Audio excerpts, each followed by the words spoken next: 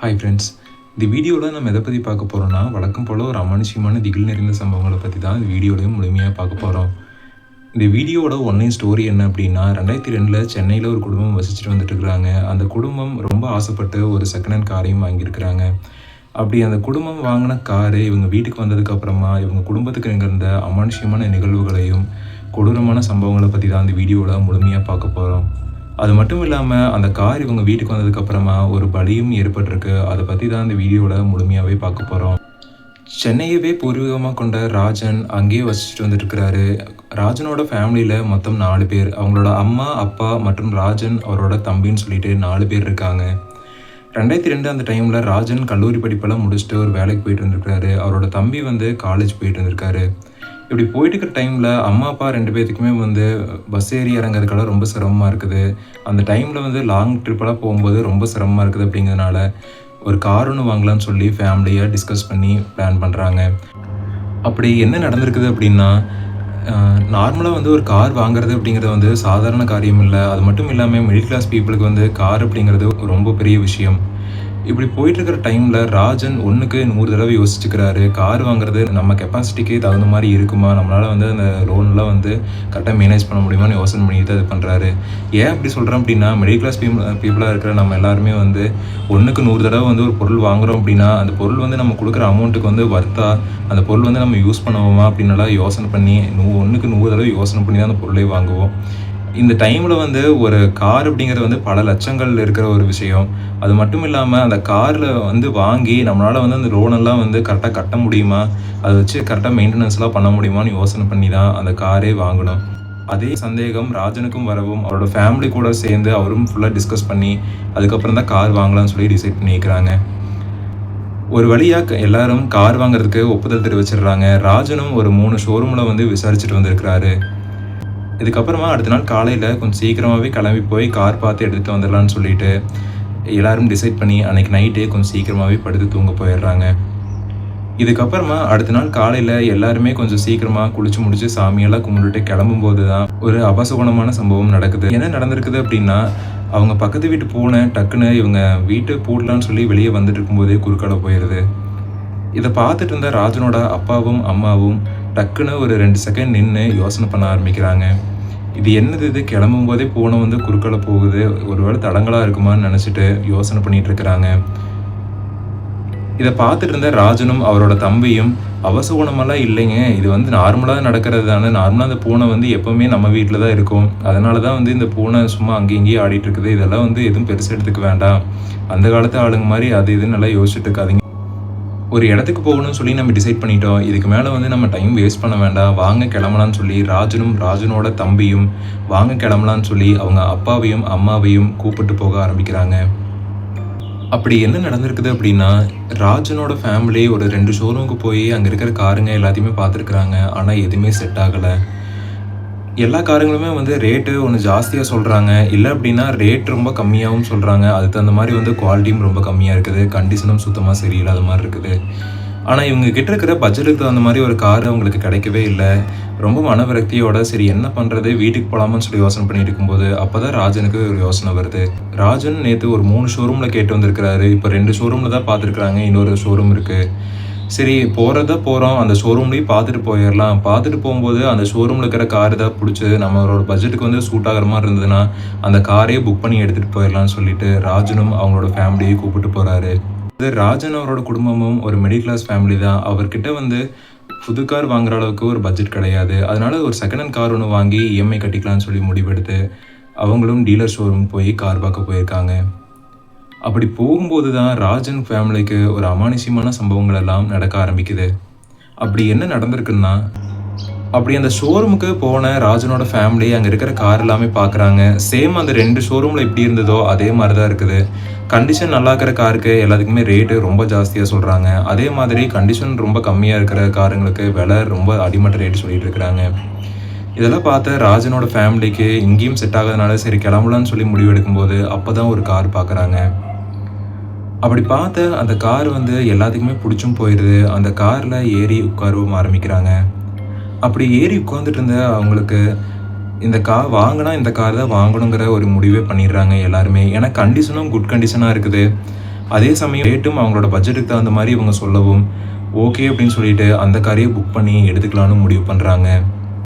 ஆனால் இதில் ஒரு ட்விஸ்ட் என்ன அப்படின்னா, ராஜன் வந்து இஎம்ஐயில் தான் கார் எடுக்கலான்னு பிளான் பண்ணி வந்தார். ஆனால் அவங்க சொன்ன பட்ஜெட் வந்து இவங்க கையில் இருக்கிற பணத்துக்கு கரெக்டாக இருந்ததுனால ஃபுல் கேஷ் கொடுத்தே அந்த காரை வாங்கிட்டு போயிருக்காங்க. அப்படி வாங்கிட்டு போகும்போது சரி போகும்போது கோயிலில் நிப்பாட்டி சாமி கும்பிட்டு போயிடலான்னு சொல்லி போனவங்களுக்கு அங்கே ஒரு பேரதிர்ச்சி காத்துட்டு இருந்திருக்குது. அவங்க வாங்கிட்டு போன புது கார் சரி கோயிலில் போய் நின்று சாமி கும்பிட்டு போயிடலான்னு சொல்லி மாலையெல்லாம் வாங்கி கட்டிட்டு கோயிலுக்கு முன்னாடி போய் நிப்பாட்டிட்டு சாமி கும்பிடலான்னு சொல்லி உள்ளே போயிட்டு வந்த குடும்பத்துக்கு அப்போ தான் பேரதிர்ச்சி ஏற்பட்டிருக்குது. அப்படி போயிட்டு வெளியே வரும்போது அந்த காரில் கட்டியிருந்த மாலை எல்லாமே அவுந்து கீழே தரையில் கிடக்குது. அது மட்டும் இல்லாமல் அந்த காருக்கு வச்சுருந்த எலுமிச்சம்பழம் எல்லாமே சிதறி கிடக்குது.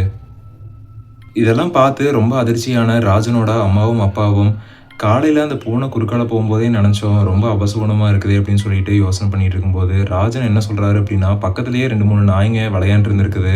இந்த நாய்ங்க தான் இப்படியெல்லாம் பண்ணியிருக்க மாட்டிருக்குது, இதெல்லாம் நீங்கள் பெருசாக எடுத்துக்காதீங்கன்னு சொல்லிட்டு அவங்கள சமாதானப்படுத்தி சாமியெல்லாம் கும்பிட்டு அவங்க வீட்டுக்கு கிளம்புறாங்க. அந்த கோயிலுக்கும் இவங்க வீட்டுக்கும் கிட்டத்தட்ட வந்து ஒரு 15 கிலோமீட்டர் இடைவெளி இருந்திருக்குது. இவங்க கோயிலேருந்து கரெக்டாக கிளம்பி இப்போ வந்துட்டும் இருக்கிறாங்க. அப்படி இவங்க ரொம்ப ஜாலியாக சிரித்து பேசி விளையாண்டு வந்துட்டுருக்குறாங்க. ராஜன் தான் அந்த காரை ஓட்டிகிட்டு வந்துட்டுருக்கிறாரு. கிட்டத்தட்ட வந்து அவங்க வீட்டுக்கு பாதி தூரத்தில் வந்துட்டாங்க. நல்லா போயிட்டு இருந்த கார் திடீர்னு ஆப்போசிட் லேனில் திரும்பிடுது. இதை சற்றும் எதிர்பாராத ராஜனோட ஃபேமிலி கத்தி அலற ஆரம்பிக்கிறாங்க. இதை சற்றும் எதிர்பாராத ராஜன், நான் வந்து ரைட் சைடில் திருப்பவே இல்லையே, எப்படி இது ரைட் சைடில் திரும்பிச்சுன்னு சொல்லிட்டு ராஜன் எதுவுமே புரியாமல் வண்டியை திருப்பவும் முடியாமல் என்ன பண்ணுறதுன்னு தெரியாமல் யோசனை பண்ணிகிட்டு இருக்காரு. அதே சமயம் அந்த வண்டி வந்து பிரேக்கும் அப்ளை ஆகாமல் அது பாட்டுக்கு ஃபுல் ஸ்பீடில் அந்த ரோட்லேயே ஆப்போசிட் லேனில் போயிட்டுருக்கு. இது வந்து சற்றும் எதிர்பாராத ராஜனோட ஃபேமிலி வண்டியை நிறுத்துன்னு சொல்லி கத்தி அலற ஆரம்பிக்கிறாங்க. ஆனால் ராஜன் எவ்வளோதான் ட்ரை பண்ணியும் வண்டி ஆஃபும் ஆக மாட்டேங்குது. சாவியும் ஆஃப் பண்ணி பார்க்குறாரு. ஆனால் வண்டியில் இருக்கிற எந்த எலக்ட்ரிக்கல் சர்க்கியூட்டும் ஒர்க்கே ஆகலை. இதுக்கப்புறமா ஆப்போசிட்டில் தூரமாக ஒரு லாரியும் இவங்களை நோக்கி வந்துட்டு இருக்குது. ராஜனுக்கு என்ன பண்ணுறதுன்னு தெரியாமல் ராஜனும் ரொம்ப பதறி போய் ஸ்டேரிங்கை வந்து திருப்ப ட்ரை பண்ணுறாரு. ஆனால் ஸ்டேரிங்கும் லாக் ஆகிருக்கு. இது என்னடா இது அப்படின்னு சொல்லிட்டு குடும்பத்தோட உயிரும் தன்னோட கையில் தான் இருக்குதுங்கிற புரிஞ்சுக்கிட்ட ராஜன் வேறு வழி இல்லாமல் எமர்ஜென்சி பிரேக்கை போடலான்னு சொல்லி ட்ரை பண்ணிட்டு இருக்கிறாரு. ஆனால் எமர்ஜென்சி பிரேக் அப்ளை ஆக மாட்டேங்குது. ராஜனோட தம்பியும் எமர்ஜென்சி பிரேக்கை 2 பேருமே கையில் பிடிச்சி டக்குன்னு அமுத்திடுறாங்க. எமர்ஜென்சி பிரேக் எனேபிள் ஆனதுக்கப்புறமா டக்குன்னு ஃபுல் ஸ்பீடில் போயிட்டு இருந்த அந்த காரும் சடன் பிரேக் அடித்து அதே இடத்துல நிற்குது. அப்புறமா தூரமாக வந்துட்டு இருந்த லாரியும் டக்குன்னு அவங்கள நோக்கி வந்து சடன் பிரேக் அடித்து அந்த லாரியும் அங்கேயே நின்றுது. எதுவுமே புரியாத ராஜனோட ஃபேமிலி அந்த காரை விட்டு டக்குன்னு கீழே இறங்கி என்னடா இது ஏன் இப்படி பண்ண அப்படின்னு சொல்லி ராஜனோட அம்மாவும் அப்பாவும் ராஜனை திட்ட ஆரம்பிக்கிறாங்க. ஆனால் ராஜனுக்கு ஒரு செகண்ட் எதுவுமே புரியலை. தான் வந்து ஸ்ட்ரைட்டாக தான் வண்டி ஓட்டிகிட்டு இருந்தேன், எப்படி வந்து வண்டி ரைட் சைடில் திரும்பிச்சுன்னு தெரியல. அதே சமயம் டக்குன்னு வண்டியில் இருக்கிற எந்த எலக்ட்ரிக்கல் சர்க்கியூட்டும் சரி பிரேக்கும் கூட அப்ளை ஆகாமல் எதுவுமே ஒர்க் ஆகாத கண்டிஷன் ஆயிடுச்சு அப்படின்னு சொல்லிட்டு யோசனை பண்ணிட்டு இருக்கும்போது டக்குன்னு ஆப்போசிட்டில் வந்த லாரிக்காரரும் கீழே இறங்கி இவங்கள சரமாரியை திட்ட ஆரம்பிக்கிறாரு. உங்களுக்கு வண்டி எடுத்துகிட்டு வந்து அடிக்கிறதுக்கு என் வண்டி தான் கிடச்சிதா, வேறு வண்டி ஏதாவது போய் அடிக்க வேண்டியதான்னு சொல்லி இவங்கள பார்த்து சரமாரியை திட்ட ஆரம்பிக்கிறாரு. ஒரு செகண்ட் ராஜனும் ரொம்ப அமைதியாக இருந்துட்டு, இல்லைங்க வண்டி வந்து என்னோட கண்ட்ரோல் இல்லாமல் ஆப்போசிட் லேனில் வந்துருச்சு, வண்டி இவ்வளோ நேரம் ஆஃபே ஆகாமல் வந்துட்டு இருந்தது, நானும் என்னோட தம்பியும் ரொம்ப கஷ்டப்பட்டு தான் எமர்ஜென்சி பிரேக்கை போட முடியாத அளவுக்கு ரொம்ப கஷ்டப்பட்டு அப்ளை பண்ணி தான் வண்டி நிப்பாட்டிக்கிறோன்னு சொல்லவும் அந்த லாரிக்காரரும் இவங்க வந்து பொய் சொல்கிறாங்கன்னு நினச்சிட்டு வண்டிக்குள்ளே இவரும் உள்ளே போய் பார்க்குறாரு. அப்படி பார்க்கும்போது இவங்க சொல்கிறதுக்கு ஆப்போசிட்டான விதமாக நல்லா பர்ஃபெக்டான கண்டிஷனில் தான் அந்த வண்டி இருந்திருக்குது. இதுக்கப்புறமா அந்த லாரிக்காரர் தான் வண்டியை ரிவர்ஸ் எடுத்து அந்த ரோட்டுக்கு ஓரமாகவும் எடுத்துகிட்டு போய் விட்டுருக்காரு. இதெல்லாம் பார்த்துட்டு இருந்த ராஜனோட ஃபேமிலிக்கு எதுவுமே புரியல. ராஜனோட தம்பிக்கும் என்ன யோசனை பண்ணுறாரு அப்படின்னா, ராஜனோட தம்பியும் நல்லா பேசிட்டு வந்துட்டு இருக்கிறாங்க. ஏன்னா ராஜனுக்கு வந்து ரைட் சைடில் திருப்புறதுக்கான தேவையே இல்லை. ஆனால் ஏன் அண்ணன் வந்து திருப்பினாருன்னு சொல்லிட்டு யோசனை பண்ணிகிட்டே வந்துட்டு இருக்கிறாரு. இப்படி யோசனை பண்ணிட்டு இருக்கும்போது ராஜனோட அம்மாவும் அப்பாவும் என்ன சொல்கிறாங்க அப்படின்னா, இந்த காரு நம்ம வீட்டுக்கு வந்ததுக்கு அப்புறமா நம்ம ஃபேமிலியோட ரொம்ப சந்தோஷமாக வெளியெல்லாம் போகலான்னு சொல்லி ரொம்ப ஆசையாக இருந்தோம். ஆனால் இந்த காரு நம்ம வீட்டுக்கு வந்த முதல் நாளே நம்ம உயிரே எடுக்கிறதுக்கு ட்ரை பண்ணிடுச்சு அப்படின்னு சொல்லிட்டு இந்த காரே வேண்டாம் எடுத்துகிட்டு போய் கொடுத்துட்டு பணத்தை வாங்கிட்டு வந்துடுன்னு சொல்லி ராஜனை சரமாரியை திட்ட ஆரம்பிக்கிறாங்க. ராஜனுக்கு இன்னுமே எதுவுமே புரியாமல் தான் இருக்கிறாரு. நைட்டு பனி ஒரு 10 மணியும் ஆயிடுது. இதுக்கு மேலே எங்கே போய் ஷோரூமில் காரை விடுறது, நம்ம நாளை காலையில் எடுத்து போய் விட்டுறலாம் வாங்கன்னு சொல்லிட்டு ராஜனோட ஃபேமிலியும் அதே காரில் ஒரு மரண பயத்தோடையே பயணிக்க ஆரம்பிக்கிறாங்க. ஆனால் இப்போ பயணித்து வந்துட்டு இருக்கும்போது அவங்க எல்லாருமே ஒன்று நல்லா கவனிக்கிறாங்க. இவ்வளோ நேரமாக அந்த காரில் வேலை செய்யாத எலக்ட்ரிக்கல் சர்க்யூட்டும் சரி, பிரேக்கு எல்லாமே நல்லா குட் கண்டிஷனில் ஒர்க் ஆகுது. ரொம்ப ஒரு ஆச்சரியத்தோடையும் ரொம்ப பயத்தோடையுமே ராஜன் அந்த காரை ஓட்டிகிட்டு வந்துட்டுருக்கிறாரு. ஒரு வழியாக அந்த கார் இவங்களோட வீதிக்குள்ளே என்ட்ரு ஆகும்போது அவங்க தெருவுலேயே கிட்டத்தட்ட ஒரு 4-5 நாய்கள் இருந்திருக்குது. அந்த நாய்ங்க எல்லாமே இந்த காரை பார்த்து மாதிரியே குலைக்க ஆரம்பிக்குது. இதெல்லாம் பார்த்துட்டு இருந்த ராஜனோட அம்மாவும் அப்பாவும் அவங்களுக்கு நல்லாவே புரிஞ்சிருது, ஏதோ சரியில்லை, இந்த கார் வேண்டாம், எடுத்துகிட்டு போய் நாளைக்கு விட்டுட்டு வந்துடுங்க அப்படின்னு சொல்லிட்டு ராஜன்கிட்டையும் ராஜனோட தம்பிக்கிட்டையும் சொல்ல ஆரம்பிக்கிறாங்க. அவங்க தெருவில் இருந்த நாய்கள் இவங்க வண்டியை அந்த தெருக்குள்ளேயே விட மாட்டேங்குது. ஒரு வழியாக அந்த நாய்களெல்லாம் சமாளிச்சுட்டு அவங்க காம்பவுண்டுக்குள்ளே எடுத்துகிட்டு போய் வண்டியை நிப்பாட்டிடுறாங்க. அப்படி வண்டியை நிப்பாட்டிட்டு கேட்டை லாக் பண்ணலான்னு சொல்லி வந்த ராஜனோட அப்பா கவனித்த விஷயம் அவரோட ஈரக்குலையே நடுங்கி போச்சுன்னு தான் சொல்லணும். அப்படி என்ன நடந்திருக்குது அப்படின்னா, அந்த நாய்கள் எல்லாமே வெளியே நின்று அந்த காரையே உத்து பார்த்துட்டு இருக்கிறத கவனித்த ராஜனோட அப்பா, இந்த நாய்ங்க ஏன் இந்த வண்டி உத்து பார்த்துட்டே இருக்குது, கண்டிப்பாக அந்த வண்டியில் ஏதோ சரியில்லை, இந்த வண்டி கண்டிப்பாக நாளைக்கு எடுத்துகிட்டு போய் இவங்களை விட்டுட்டு வர சொல்லிடணும்னு நினச்சிட்டு டக்குன்னு திரும்பிடுறாரு. அப்படி திரும்பும்போது தான் ஒரு விஷயம் கவனிக்கிறாரு. அந்த காரோட பேக் சீட்டில் ஒரு கருப்பான ஒரு உருவம் உள்ளே உட்காந்துருக்கிறத கவனிச்ச ராஜனோட அப்பாவோட ஈரக்குலையே நடுங்கி போச்சுன்னு தான் சொல்லணும். இதுக்கப்புறமா ராஜனோட அப்பா ஒரு செகண்ட் ஸ்டன் ஆகிட்டு கண்ணை தொடச்சிட்டு பார்க்குறாரு. அந்த உருவம் அங்கே இல்லை. ராஜனோட அப்பாவுக்கு நல்லாவே புரிஞ்சிருது, இந்த வண்டியில் வேறு ஏதோ ஒரு விஷயம் இருக்குது, இந்த வண்டி நம்ம வீட்டுக்கு தேவையில்லைன்னு நினச்சிட்டு ராஜனும் ராஜனோட ஃபேமிலியும் அன்றைக்கி நைட்டு பேச ஆரம்பிக்கிறாங்க. இந்த வண்டியில் வேறு ஏதோ ஒரு விஷயம் இருக்குது, இந்த வண்டியில் ரொம்ப அமானுஷ்யமான சம்பவமெல்லாம் நடந்திருக்குது, இந்த வண்டி நம்ம வீட்டுக்கு வேண்டாம், தயவு செஞ்சு நாளைக்கு 2 பேருமே சேர்ந்து போய் இந்த வண்டியை அங்கேயே விட்டுட்டு பணத்தை வாங்கிட்டு வந்துடுங்கன்னு சொல்லி ராஜனோட அப்பா ராஜனையும் ராஜனோட தம்பியும் என்ன பண்ணுறதுன்னு தெரியாமல் சரமாரியே திட்ட ஆரம்பிக்கிறாரு. ஆனால் இது வரைக்கும் ராஜனோட அப்பா ராஜனை ஒரு தடவை கூட திட்டி பேசினதுன்னு ராஜன் பதிவு பண்ணியிருக்கிறாரு. இப்படி போயிட்டு இருக்கிற டைமில் நைட்டு எல்லாரும் படுத்து தூங்க போயிடுறாங்க. ஆனால் யாருக்குமே தூக்கம் வரவே இல்லை. சரியாக நைட்டு ஒரு 2 மணிக்கு நாய்களும் சரி, அவங்க பக்கத்து வீட்டு பூனையும் சரி எல்லாமே கத்த ஆரம்பிச்சிடுது. நாய்கள் எல்லாமே இவங்க வீட்டுக்கு முன்னாடி நின்று அந்த காரை பார்த்து ஊழையிட ஆரம்பிச்சிருக்கு. இதனாலேயே அவங்க வீடு மட்டும் இல்லாமல் மற்ற வீட்டு ஆட்களுமே சரியாக தூக்கமே இல்லாமல் நைட்டு எல்லா வீட்லேயுமே லைட்டை போட்டு உட்காந்துருக்குறாங்க. இதுக்கப்புறமா அடுத்த நாள் காலையில் ராஜனும் ராஜனோட தம்பியும் சேர்ந்து அந்த கார் எடுத்துகிட்டு போய் ஷோரூமில் விட்டுடலான்னு சொல்லி வீட்டிலேருந்து கிளம்புறாங்க. அப்படி வீட்டிலேருந்து கிளம்பும்போது அவங்களுக்கு என்ன ஃபீல் ஆகுது அப்படின்னா, அந்த காருக்குள்ளே இவங்க இல்லாமல் இன்னொரு ஆள் உள்ளே உட்காந்துருக்கிற மாதிரி இவங்களுக்கு ஒரு ஃபீல் ஆகுது. ஆனால் இவங்க 2 பேர் தான் போகிறாங்க. ஆனால் இவங்க 2 பேர்த்துக்குமே அந்த ஃபீல் ஏற்படுது. இவங்க 2 பேருமே அதை ஷேர் பண்ணிக்கிறாங்க. இதுக்கப்புறமா அவங்க கார் கொஞ்சம் கொஞ்சமாக வீட்டை விட்டு வெளியே கிளம்புது. அப்படி கிளம்பும்போது அவங்க வீட்டுக்கு வெளியே நின்று நேற்று கத்திட்டு இருந்த அதே நாய்கள் எல்லாமே அந்த காரை எதிர்பார்த்து முன்னாடி நின்று பலமாக குறைக்க ஆரம்பிக்குது. இந்த குறைச்சிருக்கிறத பார்த்த அவங்க 2 பேர்த்துக்குமே ரொம்ப வினோதமாக இருக்குது. சரி, என்னதான் ஆனாலும் இன்றைக்கி எடுத்துகிட்டு போய் காரை விட போகிறோமாச்சு, இந்த பிரச்சனை இல்லைன்னு சொல்லிட்டு இவங்க 2 பேருமே கார் எடுத்துகிட்டு போக ஆரம்பிக்கிறாங்க. அப்படி போகும்போது சரியாக நேற்று எங்கே அந்த கார் யூட்டனாச்சோ அந்த பாதையெல்லாம் கடந்து போயிட்டு தான் இருக்கிறாங்க. இதெல்லாம் யோசனை பண்ண ராஜன் அந்த இடம் வரும்போது கொஞ்சம் காரை ஸ்லோ பண்ணி ஏதோ ஓட்டிகிட்டு போயிட்டு இருந்திருக்காரு. ஆனால் நேற்று நடந்த சம்பவங்கள் எதுவுமே இன்றைக்கி தொடரவே இல்லை. ஒரு வழியாக ஷோரூமுக்கும் போயிடுறாங்க. ஷோரூமுக்கு போய் நேற்று நடந்த சம்பவங்கள் எல்லாத்தையுமே அந்த ஷோரூமோட ஓனர்கிட்ட சொல்லவும் அந்த ஓனரும் இவங்க சொல்கிறதெல்லாம் ஏற்றுக்கிற மாதிரியே இல்லை.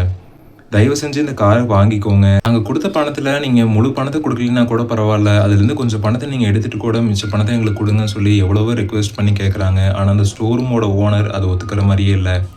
அவர் என்ன நினச்சிருக்கிறாரு அப்படின்னா, இவங்க ஒரு நாள் காரை யூஸ் பண்ணிவிட்டு அடுத்த நாள் விட்டுடலான்னு சொல்லி இவ்வளோ பிளான் பண்ணி இவங்க சீட்டிங் பண்ணுறாங்கன்னு நினச்சிட்டு அந்த ஷோரூமோட ஓனர் அவங்க என்ன தான் சொல்லியும் அதை ஏற்றுக்கிற மாதிரியே இல்லை. இதுக்கப்புறமா ராஜனும் ராஜனோட தம்பியும் ரொம்ப கன்ஃபியூஸ் ஆகி போய் என்ன பண்ணுறதுனே தெரியாமல் யோசனை பண்ணிகிட்டு இருக்கிறாங்க. இதுக்கப்புறமா வீட்டுக்கு இந்த வண்டியை எடுத்துகிட்டு போனாலும் அம்மாவும் அப்பாவும் ரொம்ப சத்தம் போடுவாங்க. அவங்க மனசுக்கும் ஒரு திருப்தியே இல்லாமல் போயிடும். இவ்வளோ ஆசைப்பட்டு வாங்கின காரு ஒரு மனசுக்கு திருப்தி இல்லாமையே போயிடுச்சு, முதல் அனுபவமே இப்படி ஆகி போச்சுன்னு சொல்லிட்டு 2 பேருமே தலையில் கை வச்சுட்டு அந்த ஷோரூமுக்கு வெளியே உட்காந்துருக்குறாங்க. அப்படி அந்த ஷோரூமுக்கு வெளியே உட்காந்துட்டு இருக்கும்போது அந்த ஷோரூமுக்கே இவங்கள மாதிரி ஒரு ஃபேமிலி கார் கேட்டு வந்திருக்கிறாங்க. அப்படி கார் கேட்டு வந்தவங்களுக்கு இந்த கார் ரொம்ப பிடிச்சி போயிடுது. இது பிடிச்சி போனதுக்கு அப்புறமா அந்த ஷோரூமோட ஓனர்கிட்ட இந்த கார் வந்து சேல்ஸுக்கு கொடுக்குறீங்களான்னு சொல்லி கேட்கவும், அந்த ஓனர் வந்து முன்னாடியே இந்த கார் சேல்ஸ் ஆயிடுச்சுன்னு சொல்லிடுறாரு. இதை வந்து கவனிச்சிட்டு இருந்த ராஜனும் அவரோட தம்பியும் இந்த காரை வந்து நாங்கள் இவங்களுக்கே சேல்ஸ் பண்ணிடுறோன்னு சொல்லவும், அந்த ஷோரூமோட ஓனரும் ஒரு கோபத்தோடையே சரின்னு சொல்லிட்டு அந்த டாக்குமெண்ட்லாம் ரெடி பண்ண ஆரம்பிக்கிறாரு.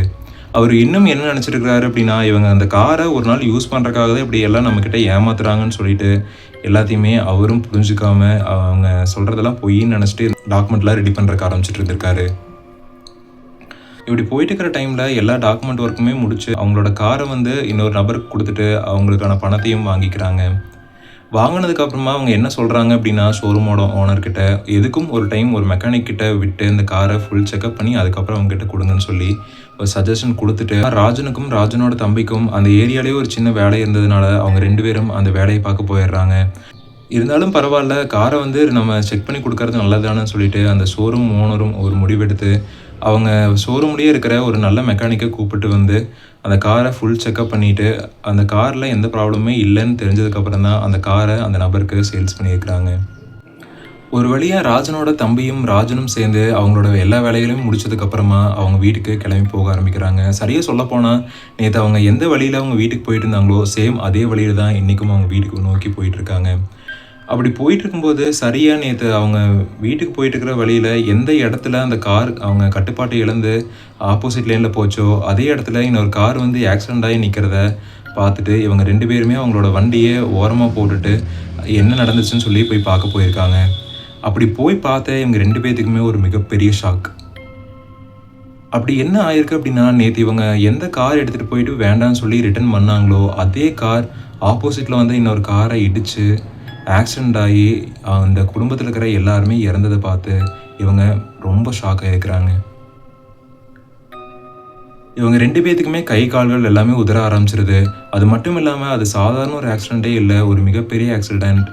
இவங்க காரில் மட்டும் இல்லாமல் ஆப்போசிட்டில் வந்தவங்க எல்லாமே ஸ்பாட்லேயே இருந்திருக்காங்க. இதெல்லாம் பார்த்துட்டு இருந்த அண்ணன் தம்பி 2 பேருமே ரொம்ப ஷாக் ஆகி ராஜனும் அவரோட தம்பியும் அருகில் இருந்த ஒரு மரத்துக்கடியில் போய் அமைதியாக உட்காந்துடுறாங்க. என்னதான் இவங்க அமைதியாக உட்காந்துட்டு இருந்தாலும் அவங்களோட கையும் காலும் வந்து அவங்களோட கட்டுப்படுத்த முடியாத அளவுக்கு நடுங்கிட்டே இருந்திருக்குது.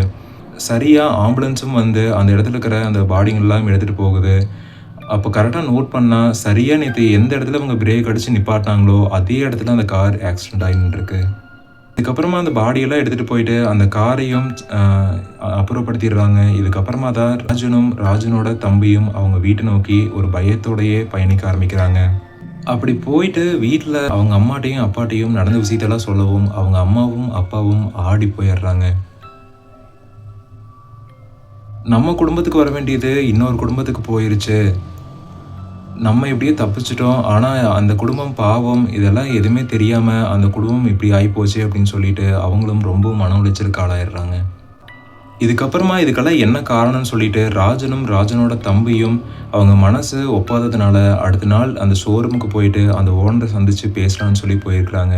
அப்படி போகும்போது அந்த ஓனர் ரொம்ப அப்செட்டில் இருக்கிறத பார்த்த ராஜனும் ராஜனோட தம்பியும் என்ன சார் ஆச்சுன்னு சொல்லி கேட்குறாங்க. அதுக்கு அந்த ஷோரூமோட ஓனர் என்ன சொல்கிறாரு அப்படின்னா, இல்லைப்பா நீங்கள் வந்து அப்போவே சொன்னீங்க ஏதோ அப்நார்மலாக இருக்குது அப்படின்னு அப்போவே சொன்னீங்க, நாங்களும் நீங்கள் சொல்லும்போதே வந்து கரெக்டாக அந்த கஸ்டமருக்கு முன்னாடியே மெக்கானிக்கலாக வச்சு செக் பண்ணி தான் கொடுத்தோம், எல்லாமே பர்ஃபெக்டாக இருந்தது. ஆனால் எப்படி இந்த சம்பவம் இப்படியெல்லாம் ஆச்சுன்னு சொல்லிட்டு எங்களுக்கு சுத்தமாக ஒரு ஐடியாவே இல்லை அப்படின்னு சொல்லி நடந்த விஷயத்துக்கு இவர் மன்னிப்பும் தெரிவிச்சிருக்கிறாரு. அதுக்கு ராஜனும் ராஜனோட தம்பியும் என்ன சொல்கிறாங்கன்னா, இதில் நீங்களும் நானும் வந்து மன்னிப்பு கேட்கறதுல பிரயோஜனமே இல்லை, அந்த காரில் ஏதோ ஒரு அமானுஷ்யம் இருந்திருக்குது, அது வந்து தெரிஞ்சுட்டு போகிறதுக்காக தான் நானும் என்னோட தம்பியும் வந்தேன்னு சொல்லிட்டு நடந்த விஷயங்கள் எல்லாம் சொல்ல ஆரம்பிச்சிருக்கிறாரு. சரியாக வந்து ராஜனோட அப்பாவும் கரெக்டாக அன்றைக்கி கேட்டு சாத்தும் போது அந்த காருக்குள்ளே ஒரு உருவத்தை பார்த்தங்கிறதையும் ராஜன்கிட்ட அன்றைக்கி நைட்டு பதிவு பண்ணியிருக்கிறாரு. அதையும் அந்த ஓனர்கிட்ட சொல்லவும் அந்த ஓனரோட ஈரக்குலையே ஆடி போயிடுது. இதுக்கப்புறமா அந்த ஓனர் ரொம்ப ஃபீல் பண்ணிகிட்டு இருக்கும்போது ராஜனும் ராஜனோட தம்பியும் என்ன சொல்கிறாங்க அப்படின்னா, உங்களால் எங்களுக்கு ஒரு ஃபேவர் ஆகணும்னு சொல்லி கேட்குறாங்க. அப்படி என்ன கேட்டிருக்காங்க அப்படின்னா, இந்த கார் வந்து இங்கே வரதுக்கு முன்னாடி யார்கிட்ட இருந்ததுன்னு சொல்லி நாங்கள் தெரிஞ்சுக்கலாமான்னு சொல்லி அவங்க கிட்ட கேட்கவும் அந்த ஷோரூமோட ஓனரும் ரொம்ப மனசரங்கி வந்து யார்கிட்ட இந்த கார் வந்து முன்னாடி இருந்தது, யார் யூஸ் பண்ணிகிட்டு இருந்தாங்கன்னு சொல்லி மொத்த டீட்டெயில்ஸையும் அவர்கிட்ட கொடுத்துட்றாரு. இதுக்கப்புறமா ராஜனும் சரி, ராஜனோட தம்பியும் அந்த ஓனரோட டீட்டெயில்ஸை பார்த்துட்டு அவங்க வீட்டுக்கே நேராக போயிடுறாங்க. அப்படி போகும்போது அந்த வீட்டுக்கு போகிற வழியிலேயே கரெக்டாக சொல்லப்போனால் அந்த வீட்டுக்கு ஆப்போசிட்லேயே வந்து ஒரு சமாதியும் இருந்திருக்குது. அந்த சமாதியில் டேட்டும் எழுதியிருக்கிறாங்க. அது குறிப்பிட்டு சொல்லப்போனால் 1 மாத காலம் தான் ஆயிருக்குது. இதுக்கு ஏதாவது ஒரு சிங்க் இருக்குமான்னு நினச்சிட்டு நடந்த சம்பவத்துக்கும் இந்த இறப்புக்கும் ஏதாவது சிங்க் இருக்குமான்னு நினச்சிட்டு அந்த வீட்டுக்குள்ளே நுழையிறாங்க. அப்படி வீட்டுக்குள்ளே நுழைஞ்சவங்க அந்த வீட்டில் இருக்கிற நபர்களை பார்த்து சந்திச்சு நடந்த விஷயங்களை பற்றி கேட்கவும் ஆரம்பிக்கிறாங்க. அப்படி அவங்க என்ன சொல்கிறாங்க அப்படின்னா, அந்த வீட்டில் ஒரு நபர் இருந்திருக்காரு. அந்த நபருக்கு அவங்களோட தம்பி ஒருத்தர் இருந்திருக்காரு. அந்த தம்பி வந்து ஒரு ட்ரிங்க் அடிக்ட்னு சொல்கிறாரு. அவர் எந்நேரம் பார்த்தாலும் தண்ணி அடிச்சுட்டே தான் இருப்பார். அது மட்டும் இல்லாமல் அவர் யார்கிட்டையுமே வந்து சரியாக பேசவும் மாட்டார். யார்கிட்டையுமே ஈவ இருக்குங்கிறதே காமிக்க மாட்டார். இப்படி போயிட்டு இருக்கிற டைமில் அவருக்கு இது வரைக்கும் 2 அட்டாக் வந்திருக்குது. எப்பவுமே வந்து அவர் வண்டி ஓட்டும்போது தண்ணி அடிச்சுட்டு தான் ஓட்டிகிட்டு இருப்பார். அப்படி ஓட்டிகிட்டு இருக்கும்போது அவருக்கு ஹார்ட் அட்டாக் வந்து அவர் போயிட்டு இருந்த லேன்லேருந்து கிராஸ் ஆகி ஆப்போசிட் லேனுக்கு போய் வண்டி ஆஃப் ஆகி அந்த இடத்துலையே இறந்துட்டார். இதுக்கப்புறம் தான் அந்த வண்டியை வந்து நாங்களும் சேல்ஸ் பண்ணேன். அது இருந்துச்சுன்னா வந்து எங்களுக்கும் அவரோட நினைப்பு இருந்துகிட்டே இருக்குன்னு சொல்லிட்டு அந்த வண்டியை வந்து நான் சேல்ஸ் பண்ணிட்டேன் அப்படின்னு சொல்லி நடந்த விஷயங்களெல்லாம் ராஜன்கிட்டையும் ராஜனோட தம்பிக்கிட்டையும் இவர் சொல்லியிருக்காரு. இதெல்லாம் யோசனை பண்ணிட்டு இருந்த ராஜனுக்கும் ராஜனோட தம்பிக்கும் அப்போ தான் புரியுது நடந்ததுக்கெல்லாம் இதுதான் காரணம்னு சொல்லி. அந்த ஆளோட ஆன்மா தான் அந்த குடும்பத்தையும் கூட்டிகிட்டு போயிருக்குன்னு சொல்லிட்டு புரிஞ்சுக்கிட்ட இவங்களும் சரி இவரே வருத்தத்தில் இருக்கிறாரு, ஏன் நடந்த விஷயங்களெல்லாம் பற்றி சொல்லணும் அப்படின்னு நினச்சிட்டு சரி கிளம்புறேன்னு சொல்லி அவங்க இங்கேருந்தே கிளம்ப ஆரம்பிக்கிறாங்க. அதுக்கு அந்த நபரும் என்ன கேட்குறாருன்னா, இல்லைங்க ஏன் டக்குன்னு வந்தீங்க அவரை பற்றி கேட்டீங்க, ஏன் கிளம்பணும்னு சொல்கிறீங்க, அந்த காரை பற்றி மெயினாக ஏன் கேட்டீங்க அப்படின்னு சொல்லி கேட்கவும் அவங்களும் சில வேறு வழி இல்லாமல் அவரும் ரொம்ப வற்புறுத்தி கேட்கவும் நடந்த விஷயங்களெல்லாம் பற்றி சொல்கிறாரு. முதல்ல நாங்கள் தாங்க கார் வாங்கிட்டு போனோம். போய் கோயிலில் வந்து சாமி கும்பிட்டு போகிற வழியில் டக்குன்னு என்னோடய கட்டுப்பாட்டை இழந்து ஆப்போசிட் லேனில் போய் வேறு வழியே இல்லாமல் நானும் என் தம்பியும் போட முடியாத அளவுக்கு ரொம்ப டைட்டாக இருந்தேன். அந்த ஹேண்ட் பிரேக்கை போட்டு வண்டி நிப்பாட்டிட்டோம்.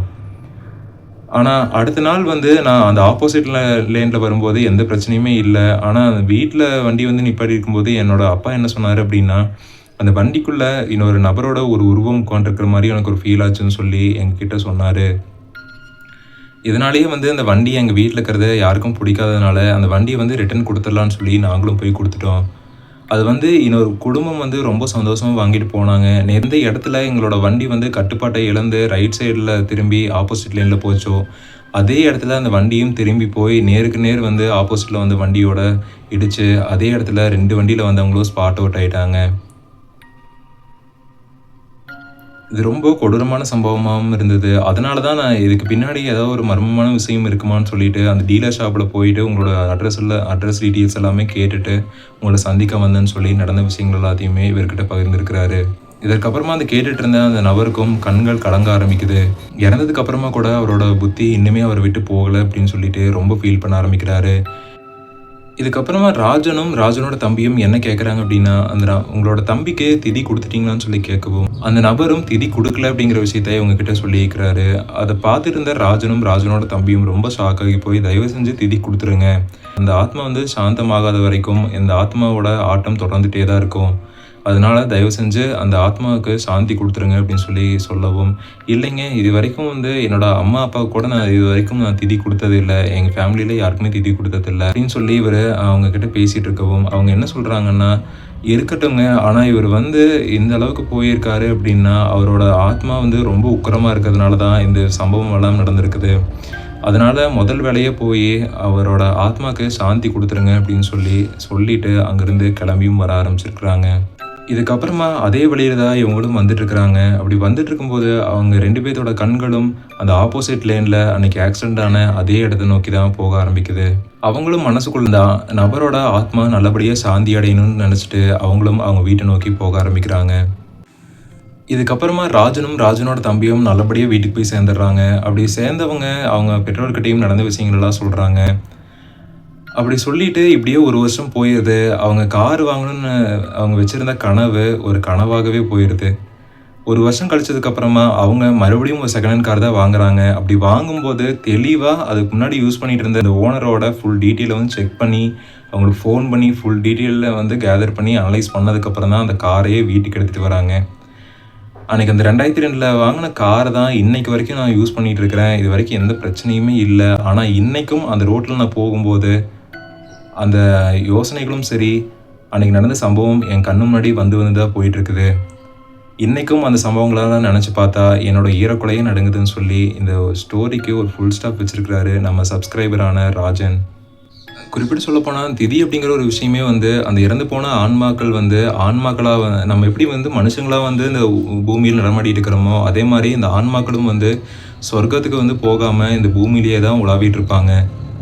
அப்படி உலாவிட்டு இருக்கும்போது, அவங்களுக்கு இருக்கிற அந்த கோவம், அந்த சந்தோஷம் இதெல்லாம் வந்து ரொம்ப அதிகப்படியா வந்து வெளிப்படுத்துறதுனால, அ நார்மலா இருக்கிற நம்ம மனுஷங்களுக்கு வந்து ரொம்ப அதிகப்படியான பிரச்சனைகள் எல்லாம் ஏற்படும். அதனால தான் வந்து அந்த ஆன்மாக்களுக்கெல்லாம் வந்து சாந்தி குடுக்கணுங்கிறதுக்காக தான் திதி குடுக்கணுங்கிறது வந்து மெயினா சொல்றாங்க. இருந்தும் பலர் வந்து திதி குடுக்காம தான் இருக்கிறாங்க. அதனாலேயே வந்து அவங்களோட வாழ்க்கை இல்லாம, இன்னும் மத்தவங்களோட வாழ்க்கையிலயும் வந்து நெறைய அமானுஷ்யமான விஷயங்களும், கொடூரமான செயல்களும் இன்னும் நடந்துட்டு தான் இருக்குது.